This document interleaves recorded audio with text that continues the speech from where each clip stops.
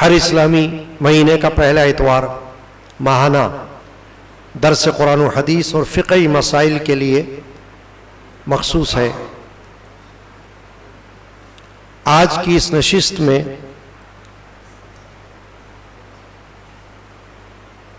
صحیح بخاری شریف اور صحیح مسلم شریف حدیث کی دو بڑی افضل کتابیں ہیں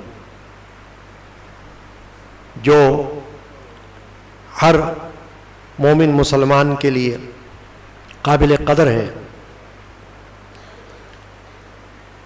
ان حدیث کی کتابوں سے ہمیں کئی احادیث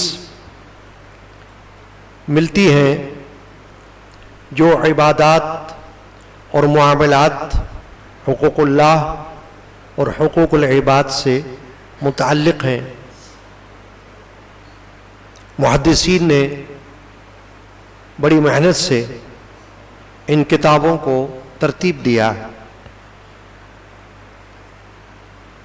جو حدیث اس وقت پیش کی جا رہی ہے اس میں ہمارے لیے کئی مسائل کا حل ہے اور کئی مسائل کا پتہ چلتا ہے، کئی عقائد کا پتہ چلتا ہے، اور بڑی اہم حدیث ہے۔ اور محدثین نے اس کے لیے ایک باب باندھا، اس میں یہ حدیث موجود ہے، باب آداب الخلاء، یعنی اس جگہ کے حوالے سے حدیث ہے جو کہ خالی جگہ ہو، جیسے بیت الخلاء۔ اس میں یہ حدیث موجود ہے، حضرت ابن عباس رضی اللہ تعالی عنہ سے یہ روایت کی گئی ہے۔ وعن ابن عباس قال مر النبی صلی اللہ علیہ وسلم بقبرین فقال انہما ليعذبان وما يعذبان في كبير اما احدهما فكان لا يستتر من البول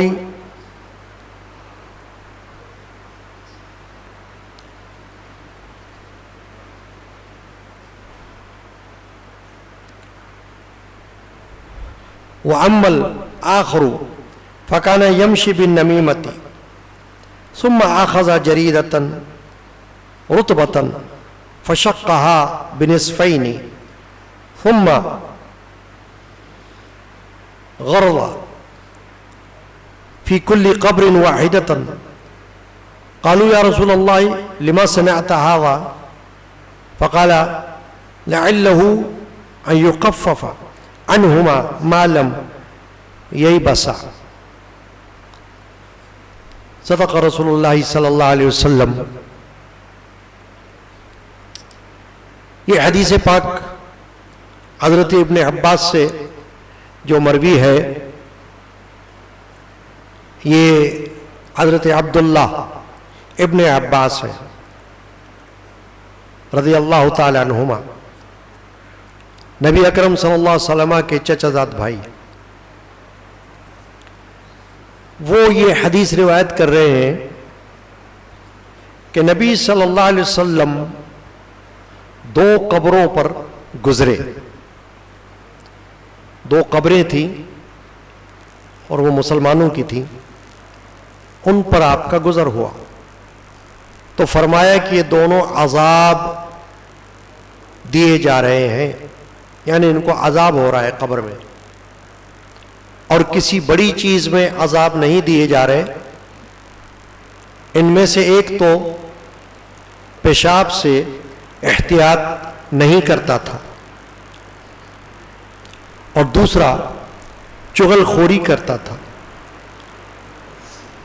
پھر آپ نے ایک ہری تر شاخ لی اور اسے چیر کر دو ٹکڑے فرمائے، پھر ہر قبر میں ایک شاخ گاڑ دی۔ لوگوں نے عرض کیا یا رسول اللہ صلی اللہ علیہ وسلم آپ نے یہ کیوں کیا؟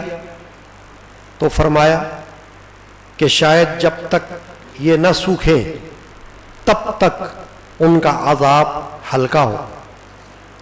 یہ حدیث شریفہ کے الفاظ کے مطابق ترجمہ ہوا۔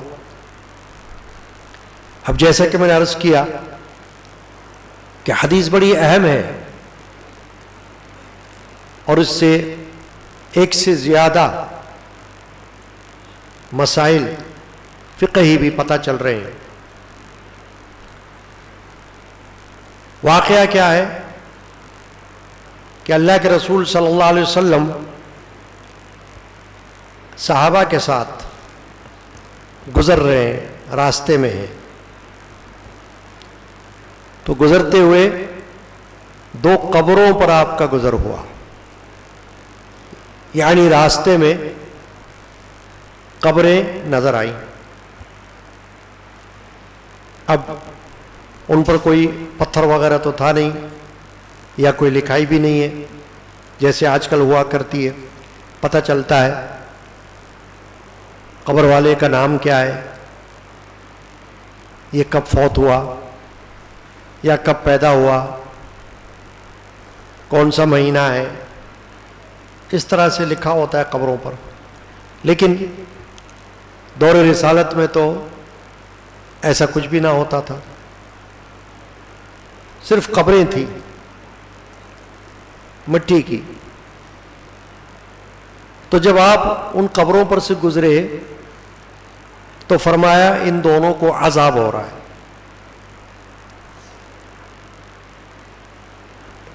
محدثین فرما رہے ہیں کہ اس سے ایک بات ہمیں واضح طور پر معلوم ہوئی کہ ہر بندہ ہر چیز تو نہیں دیکھ سکتا، ہر مسلمان مرد ہو یا عورت، اس کو تو باہر کی چیز بھی پتہ نہیں چلتی، بعض اوقات زمین کے اندر کی چیز کیسے معلوم ہو، مگر اللہ کے نبی، اللہ کے رسول، ان سے اللہ تعالیٰ نے کوئی چیز چھپائی نہیں،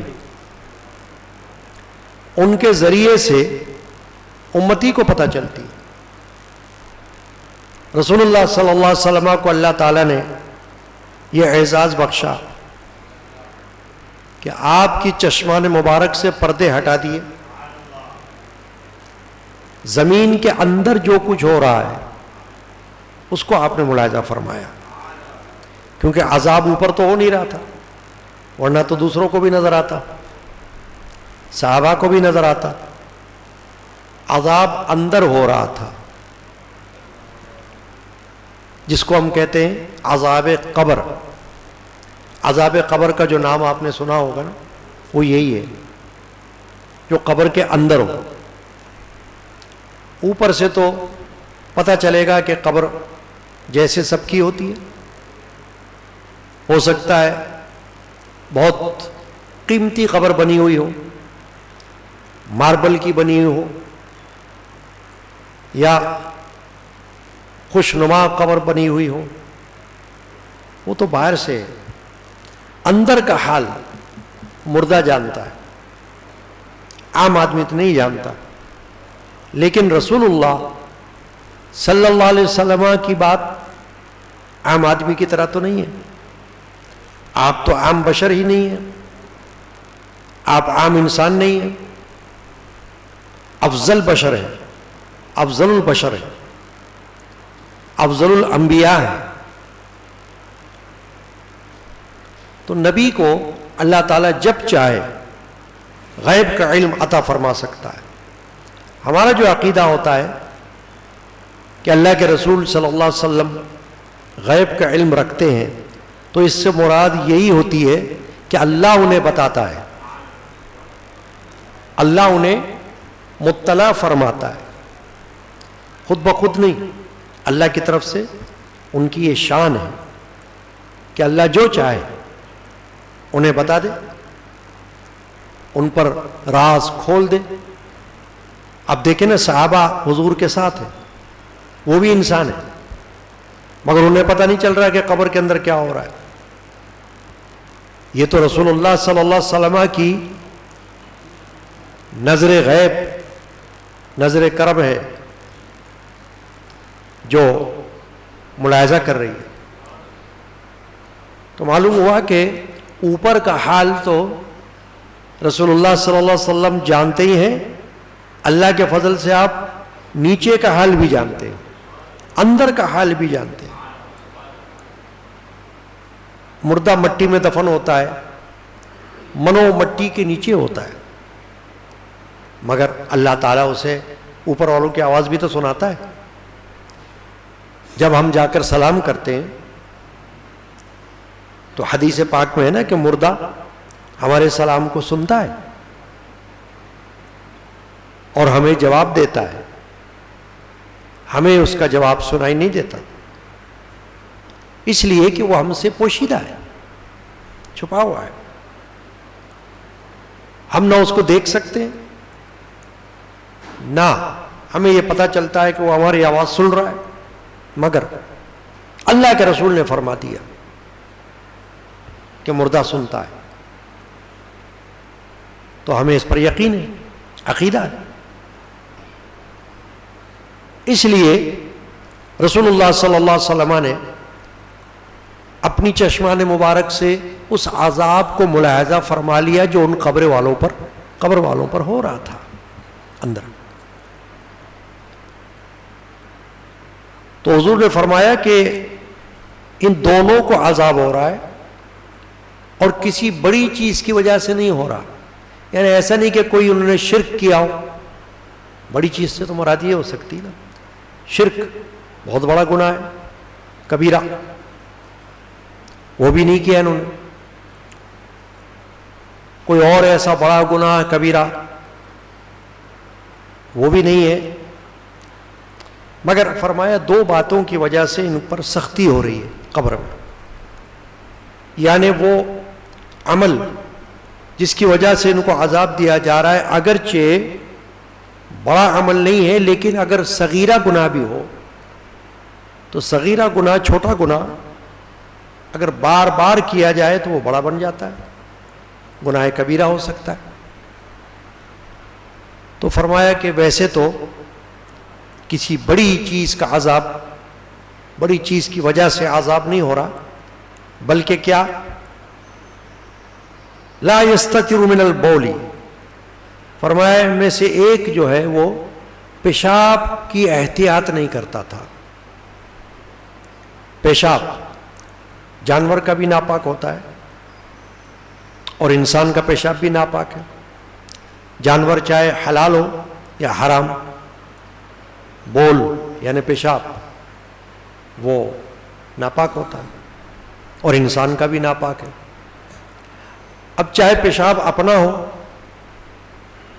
یا کسی جانور کا، اس سے بچنا یعنی اپنے آپ کو بچانا یا اپنے کپڑوں کو بچانا یہ لازم ہے.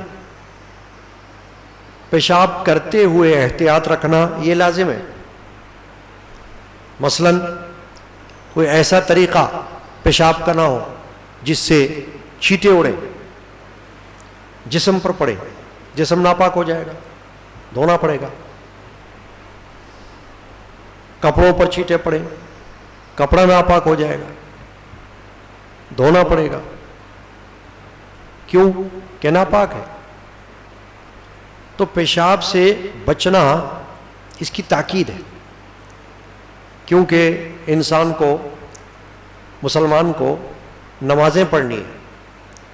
جو بندہ 5 وقت کا نمازی ہے، ظاہر ہے کہ وہ ہر تھوڑی دیر کے بعد نماز پڑھتا ہے، چند گھنٹوں سے نماز کا وقت آ جاتا ہے، ہر بار لباس بھی نہیں تبدیل کرتا ہوں.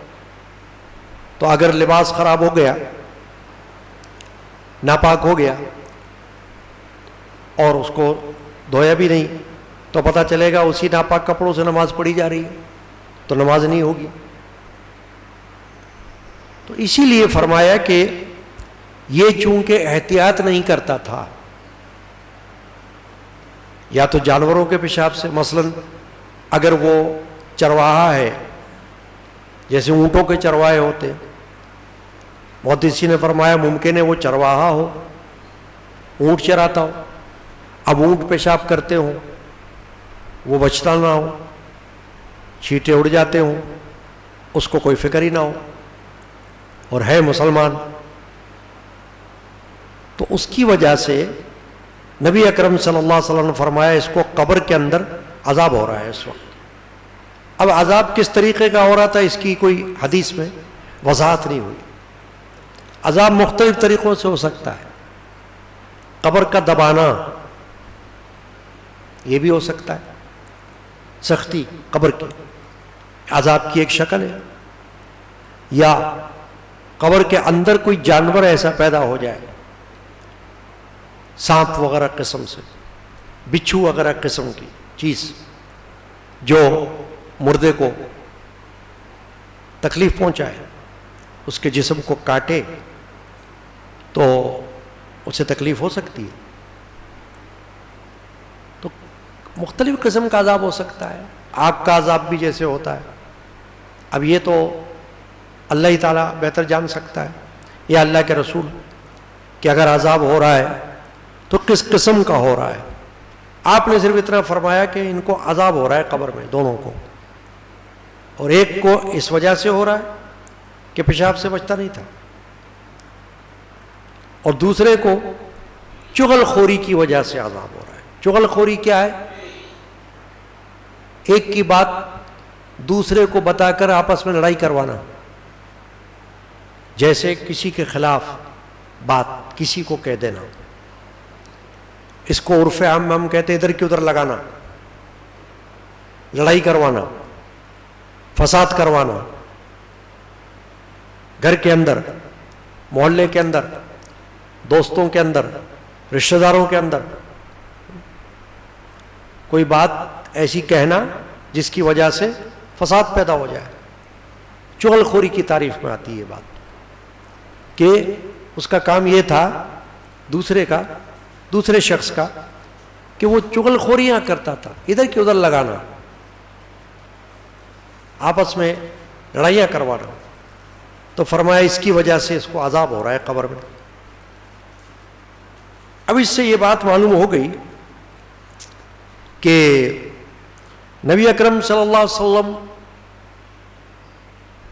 کو اللہ تعالیٰ نے یہ شان عطا فرمائی کہ آپ قبر میں ہونے والی چیز کو جان رہے ہیں, عذاب کو دیکھ رہے ہیں, ملاحظہ فرما رہے ہیں. اس سے یہ مسئلہ حل ہو گیا کہ کوئی مطلق اگر اس بات کا انکار کرے کہ نبی رسول کو غیب کا علم نہیں ہے تو غلط ہے, کیونکہ یہاں تو معلوم ہو رہا ہے نا, یہ غیب ہی تو ہے. یہ غیب کا علم ہی وہ ہوتا ہے جو دوسرے کو پتہ نہ چلے, ہر ایک کو, نبی کو معلوم ہو جائے, رسول کو معلوم ہو جائے, ولی کو معلوم ہو جائے, اللہ بتا دے اگر تو اطلاع کر دے, مگر عام طور پر ہر ایک کو معلوم نہ ہو وہ غیب ہوتا ہے. تو ہمارا عقیدہ نبی اکرم مفخر بنی آدم صلی اللہ علیہ وسلم کے بارے میں یہ ہے, اور ہر مسلمان کا ہونا چاہیے, کہ اللہ نے اپنے نبی و رسول و حبیب و محبوب کو علم غیب عطا فرمایا, وہ اپنی قدرت سے عطا فرمایا. جیسے اللہ نے انہیں خود رسول بنایا, نبی بنا دیا, ایسے اللہ تعالیٰ نے ان کو غیبی علم عطا فرمایا, غیبی آنکھ, غیبی چشم عطا فرمائی, جو وہ کچھ دیکھ رہی ہے جو ہر بندہ نہیں دیکھ رہا. تو یہ عقیدہ کہ حضور کا علم غیب عطائی ہے, یعنی اللہ کے عطا سے, یہ بالکل درست عقیدہ ہے, کیونکہ عطائی اس کو کہتے ہیں جو اللہ کی عطا سے ہو. تو اللہ کی عطا سے تو بہت کچھ ہو سکتا ہے. اللہ کی عطا سے جو اللہ چاہے ہو سکتا ہے. قدرت اللہ کی عطا سے, طاقت اللہ کی عطا سے, سننا اللہ کی عطا سے, دیکھنا اللہ کی عطا سے، سب کچھ اللہ کی عطا سے ہو رہا ہے۔ اللہ تعالیٰ کی جو صفت ہے سننے والی، دیکھنے والی،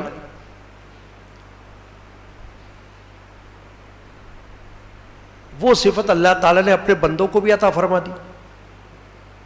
وَجَعَلْنَاهُ سَمِيعًا بَصِيرًا، قرآن میں فرمایا ہم نے اسے، کسے؟ انسان کو سننے والا اور دیکھنے والا بنا کر بھیجا، سننے والا بنایا اور دیکھنے والا بنایا۔ وَجَعَلْنَاهُ سَمِيعًا بَصِيرًا، تو یہ کس نے بنایا؟ اللہ نے۔ یہ اللہ فرما رہا ہے نا فَجَعَلْنَاهُ، ہم نے ایسے بنایا۔ معلوم ہو گیا کہ اللہ چاہے تو جو صفت اللہ نے اپنے لیے رکھی ہے اسی طرح کی کوئی صفت عطا فرما دے، مگر فرق ہوگا۔ فرق کیا ہوگا؟ کہ اللہ تعالیٰ خود دیکھتا ہے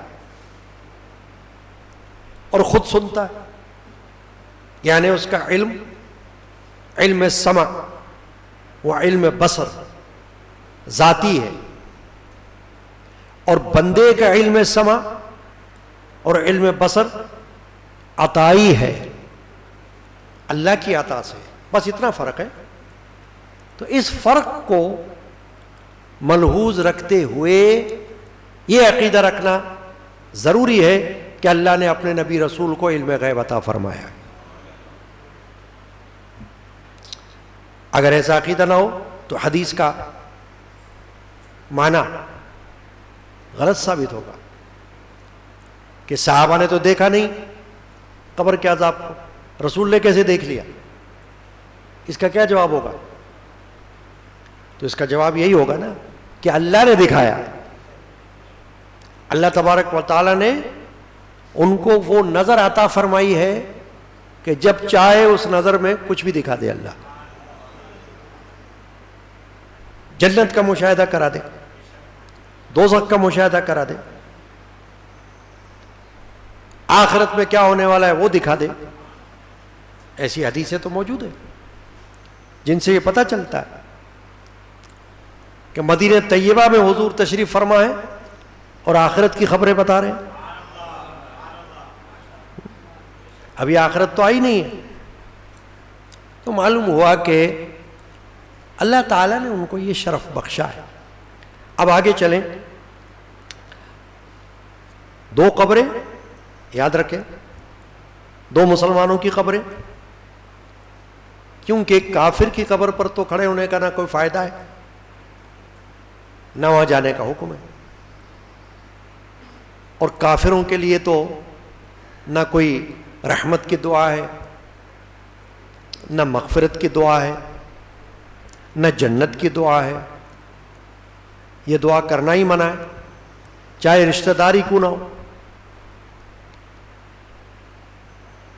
رشتہ دار اگر کافر ہو کسی وجہ سے بھی اور وہ مر جائے تو بھلے رشتہ داری ہے، کتنی قریب کی رشتہ داری ہے، مگر اس کے لیے نہ رحمت کی دعا ہو سکتی ہے، نہ جنت کی دعا ہو سکتی ہے، نہ مغفرت کی دعا ہو سکتی ہے۔ اللہ تعالیٰ نے خود منع کر دیا قرآن میں، اور اللہ کے رسول نے بھی۔ لہٰذا یہ دعائیں تو صرف مسلمان کے لیے ہو سکتی ہیں، رحمت کی، جنت کی، مغفرت کی۔ اب دیکھیے نا، عذاب کافروں کی قبر میں بھی ہوگا، مگر کافر کی قبر میں جو عذاب ہو رہا ہے اس کے لیے کوئی بھی نہ رحمت کی دعا کرے گا، نہ مغفرت کی دعا کرے گا، نہ کوئی اور دعا جنت کی کرے گا، نہ سختی دور ہونے کی دعا کرے گا، کچھ بھی نہیں۔ مسلمان کے لیے کرے گا، مومن کے لیے کرے گا۔ مومن گناہگار ہو سکتا ہے، گناہگار کتنا ہی بڑا گناہگار ہو، جب وہ فوت اس کی نماز جنازہ پڑھی جائے گی، اور حکم ہے، کوئی یہ نہیں کہہ سکتا یہ تو بڑا گناہگار تھا بھائی نماز جنازہ مت پڑھو، نہیں۔ چاہے خودکشی کرنے والا ہو، چاہے بڑا گناہگار ہو، سب کو پتا ہو کہ یہ بہت گناہ کبیرہ والا بندہ تھا، بڑا ظالم، بڑا کچھ بھی ہے، مگر جب مرے گا اور مسلمان مرا ہے، کلمہ گو ہے، تو نماز جنازہ تو پڑھی جائے گی، اسی کے لیے دعا بھی کی جائے گی۔ اب رسول اکرم صلی اللہ علیہ وسلم نے عذاب دور ہونے کے لیے جو عمل فرمایا وہ کیا ہے؟ حدیث پاک میں کیا ہے کہ ثم اخذ جریدۃ رطبۃ، آپ نے ایک ہری تر شاخ لی، وہ کھجور کی شاخ تھی، کھجور کے درخت ہوا کرتے تھے عرب میں بہت، تو کھجور کی ٹہنی آپ نے منگوائی، اور تازہ، سوکھی ہوئی نہیں، جیسے توڑ کر کوئی ابھی لے آئے، تازہ شاخ آپ نے منگوائی، اور فشقھا، اسے چیرا، بنصفین، آدھا آدھا، ثم غرز فی کل قبر واحدۃ، اور ہر ایک قبر پر آدھا آدھا ٹکڑا اس کا گاڑ دیا، جیسے کوئی مٹی میں گاڑ دینا، شاخ، ڈنڈی، اس طرح سے آپ نے وہ ٹہنی تھی نا کھجور کی، اس کو مٹی میں گاڑ دیا، قبر کی مٹی میں لگا دیا، ایک ایک شاخ، ایک اس میں ایک اس میں۔ قالوا یا رسول اللہ لما صنعت ھذا،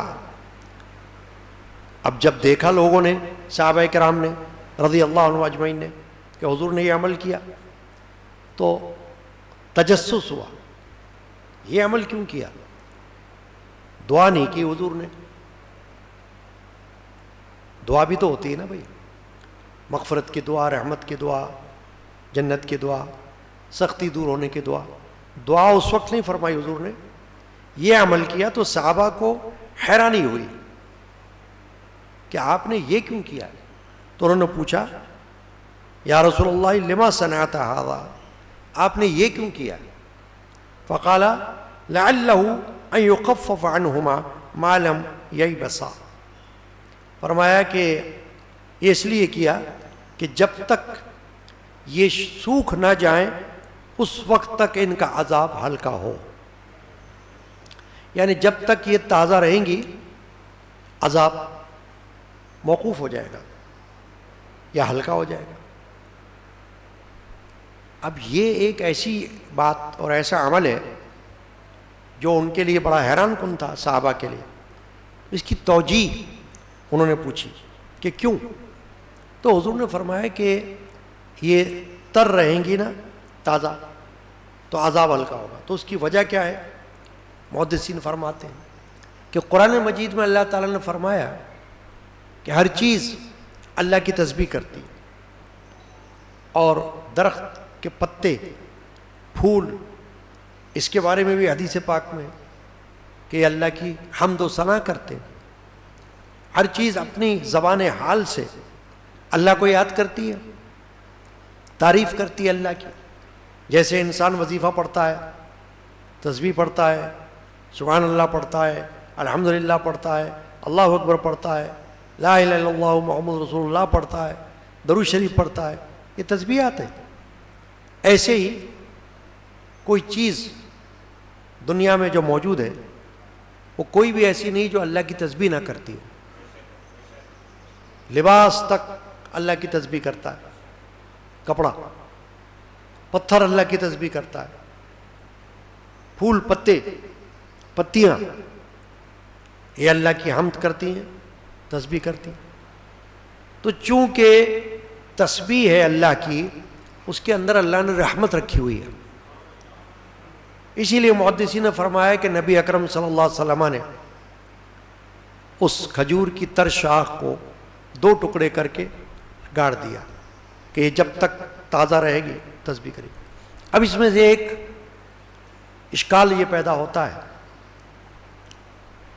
ذہن میں خیال آ سکتا ہے کہ اچھا جب یہ سوکھ جائے تو کیا ہوگا؟ تو شارحین حدیث نے فرمایا کہ سوکھنے کے بعد بھی تسبیح کرے گی، فرق اتنا ہوگا کہ وہ تسبیح جو تر و تازہ ہونے پر ہے وہ خشک ہونے پر نوعیت کے اعتبار سے بدل جائے گی. جیسے بہت ساری چیزیں آپ نے دیکھا ہوگا تازہ ہوتی ہیں تو اس کی تاثیر کچھ اور ہوتی ہے، باسی ہو جائے، پرانی ہو جائے تو اس کی تاثیر، اس کا ذائقہ کچھ بدل جائے گا. اسی طرح محدثین نے فرمایا کہ تسبیح تو وہ شاخ یا پھول ہمیشہ ہی کریں گے، سوکھنے پر بھی کریں گے، لیکن وہ نوعیت، وہ کیفیت جو بالکل تر و تازہ پر ہے وہ ویسی نہیں ہوگی، لیکن تسبیح کریں گے وہ. چنانچہ معلوم یہ ہوا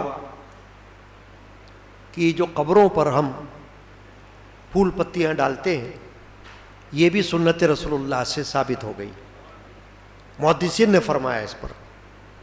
اور ایک اور صحابی گزرے ہیں حضرت بریدہ اسلمی رضی اللہ تعالی عنہ، انہوں نے یہ عمل کو سن کر وصیت فرمائی تھی. صحیح بخاری شریف میں وہ حدیث موجود ہے حضرت بریدہ والی. انہوں نے فرمایا تھا جب میں مر جاؤں تو میری قبر پر 2 شاخیں یا 1 شاخ ٹہنی کھجور کی لگا دینا. تو پھول یا پتی جو ہوتی ہیں یا پتے، ان کو بھی اگر رکھا جائے، اب یہ قید نہیں ہے کہ کوئی گلاب کا پھول ہی ہو، چمیلی کے پھول ہی ہوں، یا پھولوں کی کوئی چادر ہی بنی ہوئی ہو، یہ ضروری نہیں ہے. صرف پتیاں یہ بھی ڈال سکتے، صرف درخت کے ہرے پتے وہ بھی رکھ سکتے. جیسے آپ نے دیکھا ہوگا سبزہ ہوتا ہے، ناسبو بھی کہتے ہیں اس کو، قبرستان میں بھی درخت بھی پودے اگے ہوئے ہوتے ہیں سبزے کے، تو سبزہ بھی رکھا جاتا ہے قبروں پر تاکہ جب تک تازہ رہے وہ اللہ کی تسبیح کرے، تاکہ رحمت نازل ہو. بالفرض خدا نخواستہ اگر کوئی سختی ہے تو ان کی تسبیح کی برکت سے سختی دور ہو جائے، اور اگر سختی نہیں، صاحب قبر بڑا نیک ہے، خود بڑا متقی ہے، تو اس تسبیح کی وجہ سے رحمت نازل ہوتی رہے گی. کیونکہ جہاں اللہ کا ذکر ہو، ذکر الہی، وہاں اللہ کی رحمت اترتی ہے. اب وہ ذکر چاہے انسان کر رہا ہو، چاہے پرندے کر رہے ہوں، چاہے پھول پتیاں کر رہی ہوں، تسبیح تو تسبیح ہے. بندے کو نہیں پتہ چلتا کہ وہ تسبیح کیسے کرتی ہے. اللہ نے فرمایا کہ ہر چیز تسبیح کرتی ہے مگر تم نہیں جانتے، کیونکہ ہم پھول پتیوں کی زبان تو نہیں جانتے نا، ہم جانور کی زبان بھی نہیں جانتے، تو ہمیں کیا پتا کہ یہ اپنی زبان سے کیا بول رہا ہے. عین ممکن ہے کہ وہ اللہ کی تسبیح، اللہ کا ذکر کر رہا ہو، تو اس ذکر سے رحمت کا نزول ہوتا ہے. اسی لیے محدثین نے فرمایا کہ اس پر تر شاخ یا پھول پتیاں اسی پر فرض کر کے اگر آپ یہ کر لیں کہ کوئی قرآن کی تلاوت کرے تو فرمایا یہ تو بدرجہ اولا ہے، زیادہ اچھی بات ہے کہ اگر پھول پتیاں تسبیح کرتی ہیں اور ان سے اللہ کی رحمت نازل ہوتی ہے تو اللہ کے کلام پر تو بدرجہ اولا زیادہ رحمت نازل ہوگی. اسی لیے حدیث پاک میں بھی ہے کہ یاسین پڑھو مردوں پر. اور ایک حدیث پاک میں حضور اکرم صلی اللہ علیہ وسلم نے فرمایا کہ جب بندہ قبرستان میں جاتا ہے اور سورہ اخلاص پڑھتا ہے تو جتنے مردے ہیں قبرستان میں ان سب کے برابر اس پڑھنے والے کو ثواب ملتا ہے. قبرستان میں جتنے مردے ہیں حضور نے فرمایا صلی اللہ علیہ وسلم نے جیسے 11 بار پڑھ لے تو مردوں کے برابر ثواب اللہ کی طرف سے ملے گا. تو قرآن کی تلاوت، تسبیح قبر پر بیٹھ کر پڑھنا، قبر پر بیٹھ کر مطلب اس کے پاس بیٹھ کر، چاہے اپنے کی کسی کی ہو یا کسی کی بھی ہو، مومن کی ہو، یہ پتا ہو کہ یہ مومن ہے، مسلمان ہے، وہاں تسبیح پڑھنا یہ بدرجہ اولا افضل ہے. کیوں کہ معلوم ہو رہا ہے کہ ایک پھول پتی اور ٹہنی سے عذاب دور ہو رہا ہے، تو اللہ کے کلام سے کیوں نہ دور ہو. چنانچہ قبروں پر جو بعض اوقات سبزہ لگایا جاتا ہے یا درخت لگا دیا جاتا ہے، یہ بھی اسی لیے کہ اس کی تسبیح سے مردے کو بھی انسیت ہوتی ہے، جس کو کہتے ہیں اس کا دل، روح بہلتی ہے، اچھا لگتا ہے اس کو. تو اسی لیے یہ حدیث پاک میں نے بیان کی. اور اس سے محدثین نے یہ بھی فرمایا کہ کوئی یہ نہ سمجھے کہ یہ تو صرف حضور اکرم صلی اللہ علیہ وسلم ہی کی خاصیت تھی کہ آپ نے یہ عمل کیا تو ایسا ہوا، ہر ایک کے عمل سے تو نہیں ہو سکتا. نہیں ہوگا. کیوں کہ بعد میں صحابی نے جو کہا، حضرت بریدہ نے، کہ میری قبر پر لگانا ٹہنی، اس کا مطلب ہے آپ نے اس سے یہ نتیجہ نکالا کہ جو عمل اللہ کے رسول نے کیا ہے وہی عمل جب بھی کیا جائے گا اس کا فائدہ پہنچے گا، اس کا نفع ملے گا. چنانچہ اگر خدا نہ خواستہ عذاب ہو رہا ہوگا تو اس میں تخفیف ہوگی، عذاب دور ہوگا. اور اگر عذاب نہیں ہو رہا ہے تو پھر رحمت نازل ہوگی. تو پھول پتیاں رکھنا قبروں پر یہ مسنون عمل ہے، یعنی اچھا عمل ہے، اور اس میں قید نہیں ہے بس کہ کون سا پھول، کس طرح کی پھولوں کی چادر، نہیں. ہاں ایک بات ہے، محدثین نے یہ کہا ہے کہ ایسا بھی نہ ہو کہ پھول پر پھول، پھول پر پھول قبر بھر جائے پوری.